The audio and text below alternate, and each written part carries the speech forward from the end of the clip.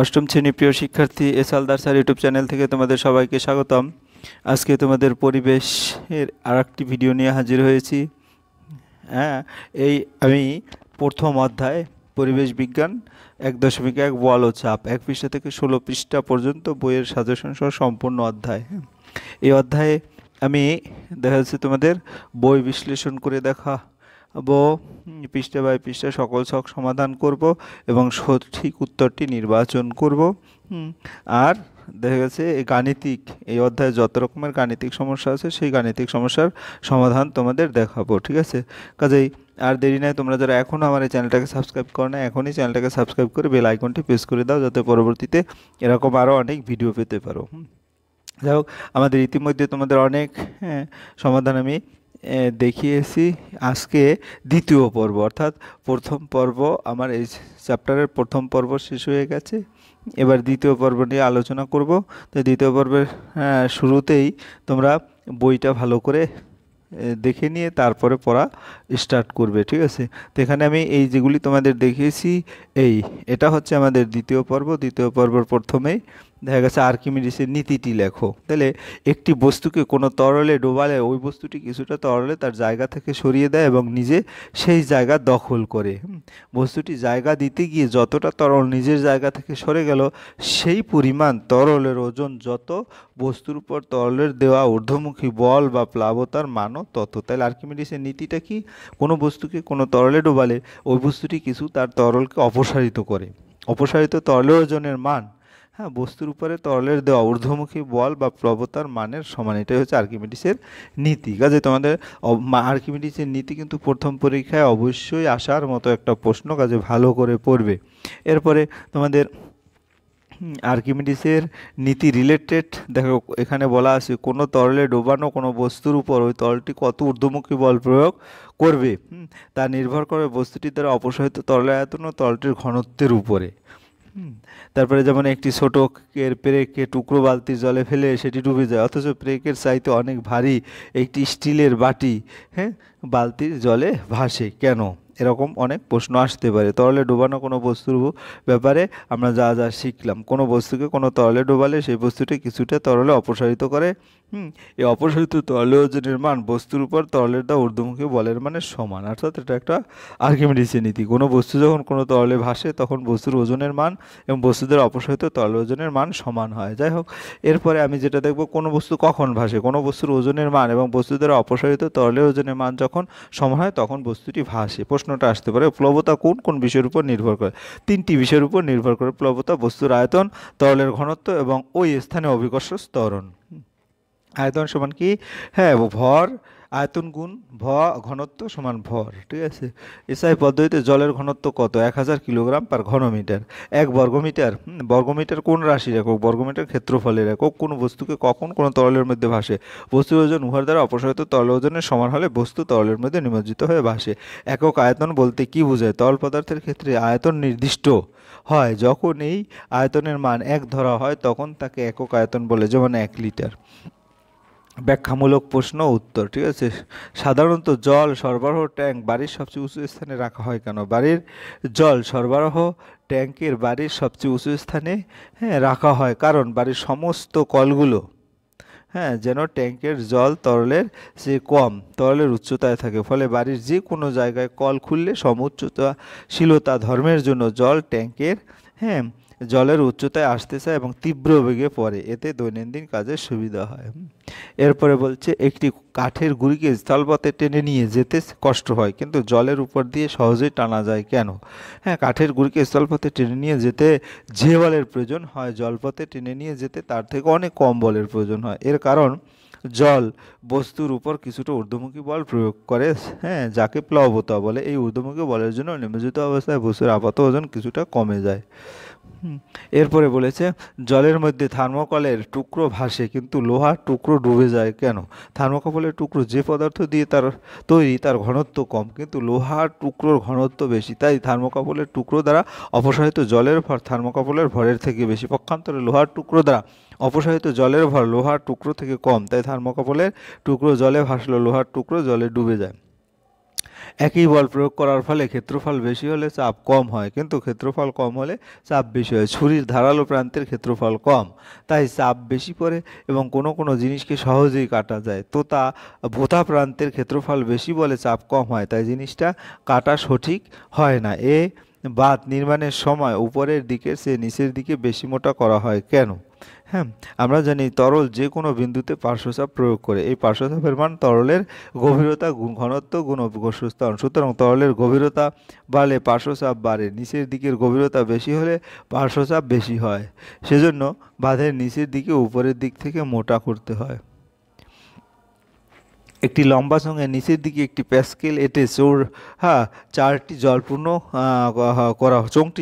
করা হলো। একটি কর্কের উপর চোঙটি রেখে জলে ভাসমান হলো এবং প্যাসকেলটি খুলে দেওয়া হলো। কি ঘটবে?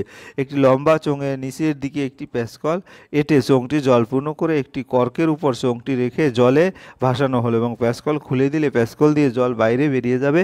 এর প্রতিক্রিয়া স্বরূপ কর্কটি বিপরীত দিকে অগ্রসর হবে। প্যাসকেলের সূত্রটি বিবৃতি করো। পুকুরের জলে কি প্যাসকেলের সূত্র প্রযোজ্য? আবদ্ধ তরলের কোনো এক অংশে চাপ প্রয়োগ করলে ওই চাপ পাত্রের দেয়ালের সমস্ত অংশে লম্বভাবে ক্রিয়া করে এবং সর্বত্র সমহারে সঞ্চালিত হয় না। পুকুরের জলে প্যাসকেলের সূত্র প্রযোজ্য নয়, কারণ প্যাসকেলের সূত্রটি শুধুমাত্র আবদ্ধ তরলের ক্ষেত্রে প্রযোজ্য। পুকুরের জল আবদ্ধ তরল নয়।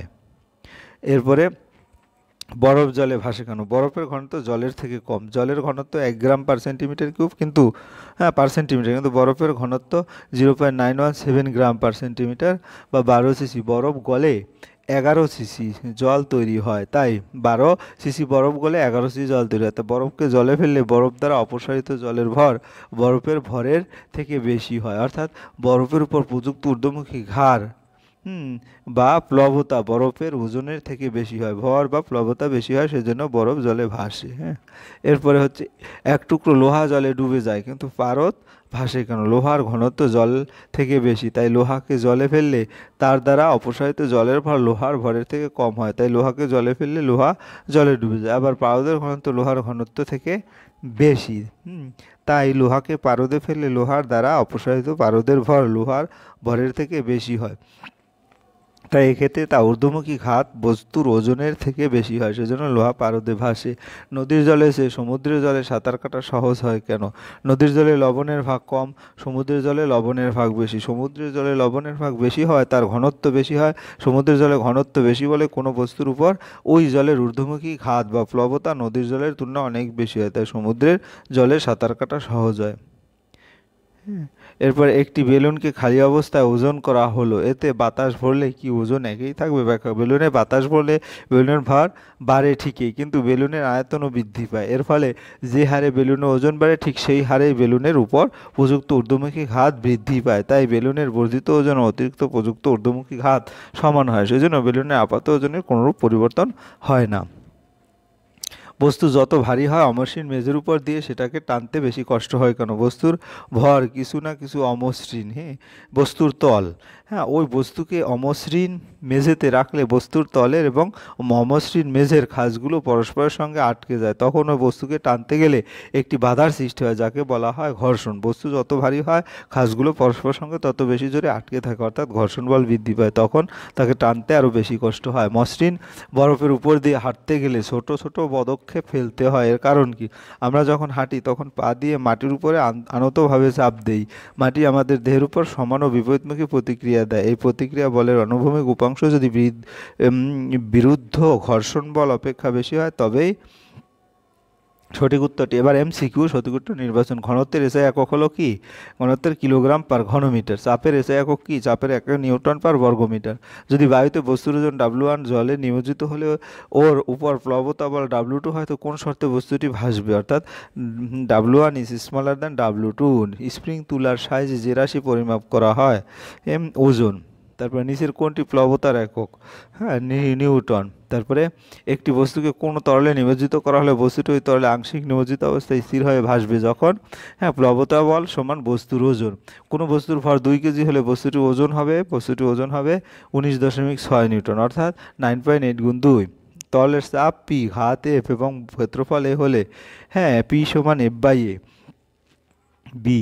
হ্যাঁ, তরলের চাপ ক্রিয়া করে হ্যাঁ সব দিকে সমানভাবে। প্লবতার একক হচ্ছে নিউটন। বস্তুর যে বলের প্রভাবে ওর উপর থেকে নিচে পড়লে ত্বরণ হয় তা হলো হ্যাঁ অভিকর্ষ বল। প্রবণতা হলো কোনো বস্তুর উপর তরলের দেওয়া ঊর্ধ্বমুখী বল। তারপর তরলের ঘনত্ব বাড়লে প্লবতার মান বাড়ে। তারপরে টরিসিলের পরীক্ষায় ব্যবহৃত নলের দৈর্ঘ্য প্রায় 1 মিটার। তরলের চাপ ক্রিয়া করে হ্যাঁ সব দিকে সমানভাবে। টেবিলের উপর রাখা একটি স্থির বস্তুকে 9.8 বল দ্বারা টানা হলে যদি বস্তুটি স্থির অবস্থাতেই থাকে তাকে ঘর্ষণ বলের মান 9.8 নিউটন। এসআইতে বলের একক হচ্ছে নিউটন। হ্যাঁ, বস্তুর ভর এম, বল এফ এবং বলের প্রভাবে বস্তুর উৎপন্ন ত্বরণ এর মধ্যে সম্পর্ক এফ সমান এম এ। কোনো বল না থাকলে আমরা হাঁটতে পারতাম না। ঘর্ষণ বল। বল পরিমাপের সূত্রটি হলো ভর ইন্টু ত্বরণ, এফ সমান এফ ইন্টু ত্বরণ। যখন কোনো বস্তুকে কোনো তরলে ডোবানো হয় তখন ওই তরলে বস্তুটির উপর একটি ঊর্ধ্বমুখী বল প্রয়োগ করে তাকে বলে প্লবতা। প্লবতা বস্তুকে ঠেলে দেয় উপরের দিকে। বস্তু ও ওর উপর প্রযুক্ত বল দ্বিগুণ হলে বস্তুটির ত্বরণ হবে পূর্বের দ্বিগুণ। ভূপৃষ্ঠের বায়ু যে চাপ দেয় তা যত জলস্তরের চাপের সমান, তা হলো 10.3 মিটার। কোন তরলে ডোবানো কোনো বস্তুর উপর ওই তলটি কত ঊর্ধ্বমুখী বল প্রয়োগ করে? তরলের আয়তন ও ঘনত্ব। মিটার উঁচু জল যে পরিমাণ চাপ প্রয়োগ করে তার প্রমাণ বায়ু চাপের 10.3 মিটার। কোনো স্থানে তরলের চাপ ওই স্থানে তরলের উপরিতলের উচ্চতা এবং ওই তরলের ভরের উপর নির্ভর করে। স্বাভাবিক অবস্থানে বায়ুর যে চাপ দেয় তা 76 সেন্টিমিটার উঁচু পারদস্তম্ভের চাপের সমান। জলে ভাসমান অবস্থায় একটি বস্তুর ওজন 12 নিউটন, তাহলে ঊর্ধ্বমুখী প্লবতা 12 নিউটন। ঠিক না ভুল? ঘর্ষণ বল মান সংস্পর্শে তরলের ক্ষেত্রফলের উপর নির্ভর করে। ঠিক। জলের স্থির অবস্থায় ভাসমান বস্তুর ওজন ও বস্তুর উপর ক্রিয়াশীল প্লবতার মান। ঠিক।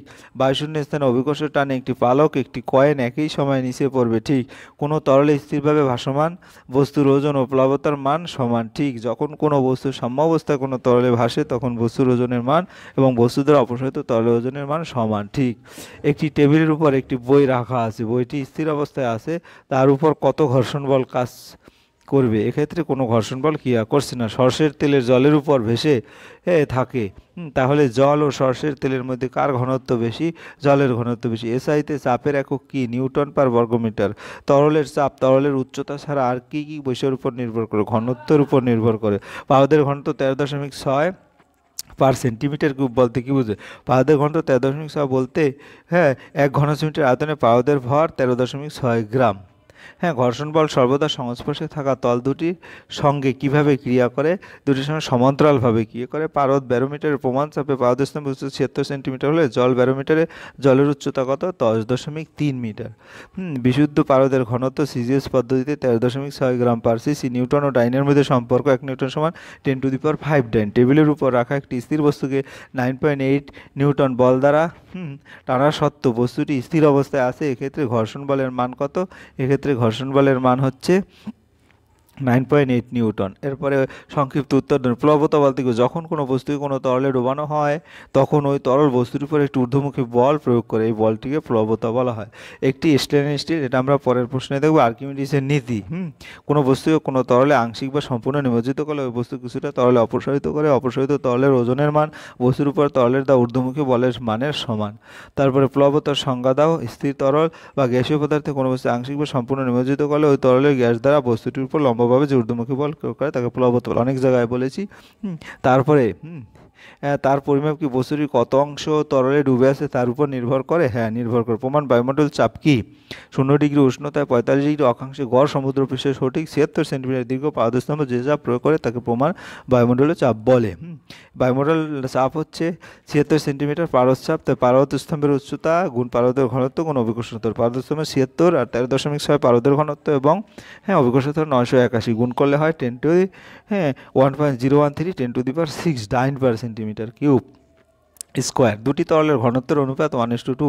একই উচ্চতায় তরলের স্তম্ভ যুক্ত একই রকমের পাত্রে তাদের রাখা হলো। কোন ক্ষেত্রে পাত্রের তলদেশে চাপ বেশি ও কেন? দ্বিতীয় তরলের ক্ষেত্রে পাত্রের তলদেশে চাপ বেশি হয়, কারণ আমরা জানি পাত্রের তলদেশে তরলের চাপ তার ঘনত্বের উপর নির্ভর করে। তরলের ঘনত্ব যত বেশি হয় সেই তরলের চাপও তত বেশি হয়। দ্বিতীয় তরলের ঘনত্ব বেশি হয় পাতের তলদেশের চাপও বেশি হবে। বস্তুর ভাসমান ও নিমজ্জনের শর্তগুলি লিখো। বস্তুর ভাসমান ও নিমজ্জনের শর্তগুলো: বস্তুর ওজন যদি প্লবতার মানের চেয়ে বেশি হয় তবে বস্তু ডুবে যাবে। বস্তুর ওজন যদি প্লবতার মানের সমান হয় তবে বস্তু তরলের মধ্যে নিমজ্জিত থেকে যে কোনো স্থানে স্থির হয়ে ভেসে থাকবে। যদি বস্তুর ওজন বস্তু দ্বারা অপসারিত সমআয়তন তরলের ওজনের অপেক্ষা কম হয় তবে বস্তু তরলে আংশিক নিমজ্জিত হয়ে ভেসে পাশে একটি ছোট পেরেকের টুকরো বালতির জলে ফেললে সেটি ডুবে যায়, অথচ পেরেকের চাইতে অনেক ভারী একটি স্টিলের বাটি বালতির জলে ভেসে থাকে। কারণ কি? এরকম অনেক প্রশ্ন আসতে পারে। ছোট পেরেকের আয়তন অনেক কম, যার ফলে পেরেক দ্বারা অপসারিত তরলের ওজন কম হয়। এক্ষেত্রে পেরেকের ওজন বেশি হয় এবং জলের প্লাবতার মান কম হয়, ফলে পেরেক জলে ডুবে যায়। কিন্তু স্টিলের বাটির আয়তন বেশি হয়, বাটি দ্বারা অপসারিত জলের ওজন অনেক বেশি হয়। এক্ষেত্রে স্টিলের বাটির ওজনের চেয়ে জলের প্লাবতার মান বেশি, ফলে স্টিলের বাটি জলে ভেসে থাকে। হ্যাঁ, তরলের চাপ কাকে বলে? 2 মিটার স্কোয়ার অঞ্চল জুড়ে 12 নিউটন বল কাজ করছে। চাপের মান কত? প্রতি একক ক্ষেত্রফলে তরল লম্বভাবে যে বল প্রয়োগ করে তাকে তরলের চাপ বলে। তরলের চাপ হচ্ছে কি? বল ক্ষেত্রফল, হ্যাঁ, 120 নিউটন পার বর্গমিটার, 6 নিউটন। হ্যাঁ, তাহলে বর্গমিটার তরলের চাপ ক্ষেত্রফল লবণ, অর্থাৎ 12 নিউটন বল কাজ করছে। চাপের মান কত? অর্থাৎ চাপের মান হবে 12/6 অর্থাৎ 6 নিউটন। এটা অঙ্ক পরবর্তীতে তোমাদের আরো সুন্দর করে দেখো। বল ও চাপের দুটি পার্থক্য লেখো। যা প্রয়োগ করলে কোনো বস্তুর স্থির বা গতিশীল অবস্থার পরিবর্তন করা যায় তাকে বল বলে। এক্ষেত্রে ক্ষেত্রফল যে পরিমাণ বল ক্রিয়া করে তাকেই চাপ বলা হয়। বল ভর ইন্টু ত্বরণ, চাপ সমান বল বাই ক্ষেত্রফল। বলের সিজিএস একক ডাইন, এসে একক নিউটন। চাপের সিজিএস একক ডাইন পার বর্গ সেন্টিমিটার, এসে একক নিউটন পার বর্গ মিটার।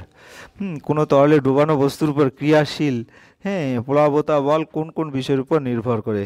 হ্যাঁ, বস্তুর আয়তনের বেশি হলে, আমরা শুধু নির্ভরটা দেখো, আয়তন বেশি হলে অপসারিত তরলের আয়তন বেশি হয়, ফলে অপসারিত তরলের ওজনও বেশি হবে এবং প্লাবতার মানও বেশি হবে।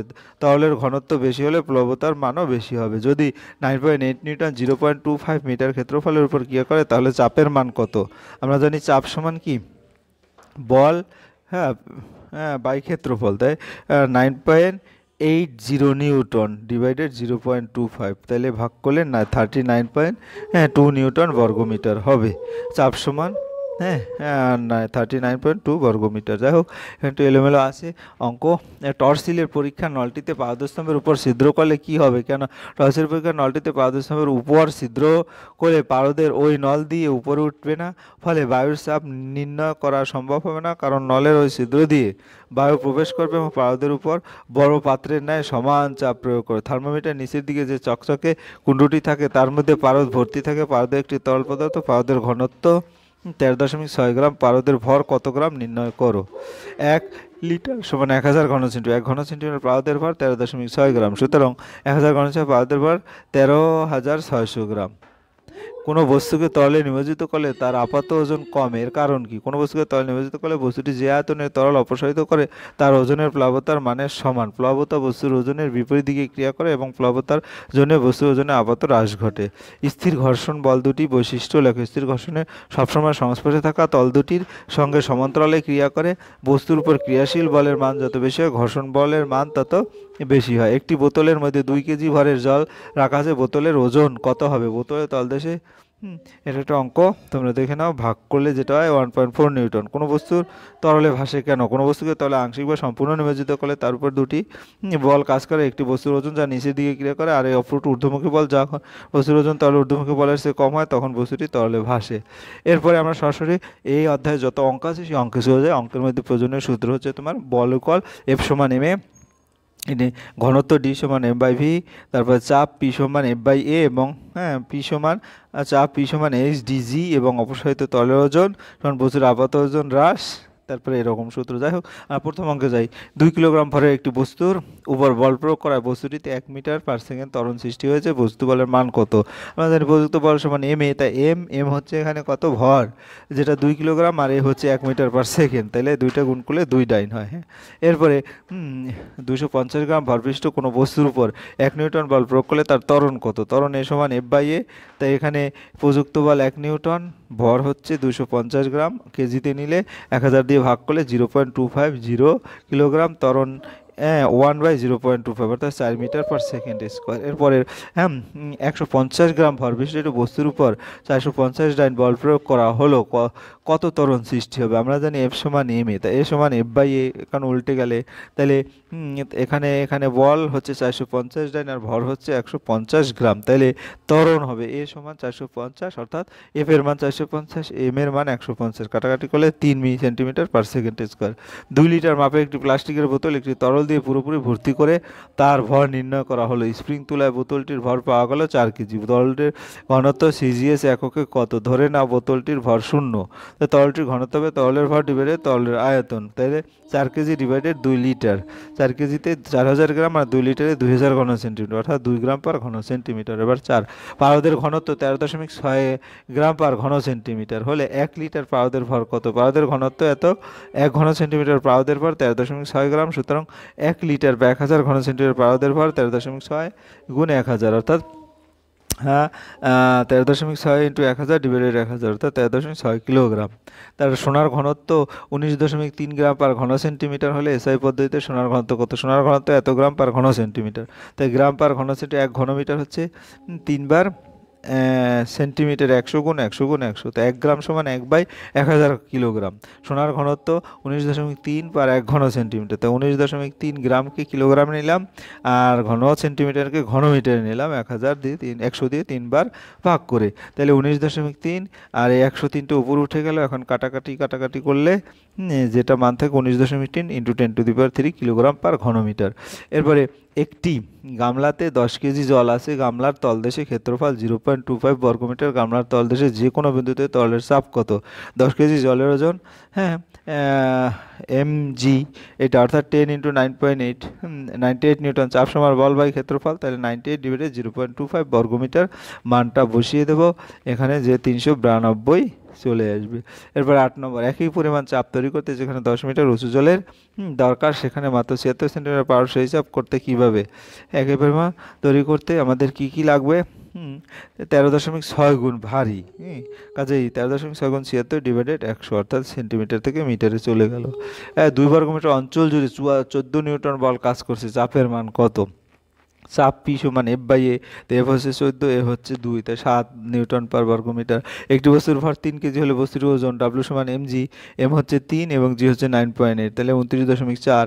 3 লিটার আয়তনে তরলের ভর 6 কেজি। তরলের ঘনত্ব কত? ঘনত্ব ডি সমান এম বাই ভি, আয়তন এম হচ্ছে 6 কেজি, গ্রামে নিলাম 6000 গ্রাম এবং আয়তন লিটার থেকে ঘন সেন্টিমিটার নিলাম 3000, তাহলে ভাগ করলে 2 গ্রাম/ঘন সেন্টিমিটার। একটি কঠিন জলে অদ্রাব্য বস্তুকে জলে সম্পূর্ণ নিমজ্জিত করলে বস্তুর ওজন 10 গ্রাম হয়। বস্তুটি নিমজ্জিত অবস্থায় 5 ঘন সেন্টিমিটার জল অপসারিত করলে বস্তুটির প্রকৃত ওজন কত? ঘনের ওজন 5 গ্রাম, সুতরাং বস্তু কর্তৃক অপসারিত জলের ভর 5 গ্রাম। বস্তুর কর্তৃক অপসারিত জলের ওজন 5 গ্রাম পার ভার। বস্তুর ওজনে আপাত হ্রাস 5 গ্রাম ভার। বস্তুর প্রকৃত ওজন হচ্ছে নিমজ্জিত অবস্থায় জলের ওজন প্লাস বস্তুর ওজন 10 গ্রাম প্লাস 5 গ্রাম, অর্থাৎ 15 গ্রাম। এই হচ্ছে তোমাদের এবারে স্তম্ভ মিলানো, তোমরা একটু দেখে নাও কারণ আমার ভিডিও এমনিতেই বড় হয়ে গেছে। বলের সাথে কি হচ্ছে? বলের সাথে এটা, তারপরে চাপের সাথে চাপ হচ্ছে সি, তারপরে ঘনত্ব হচ্ছে বি।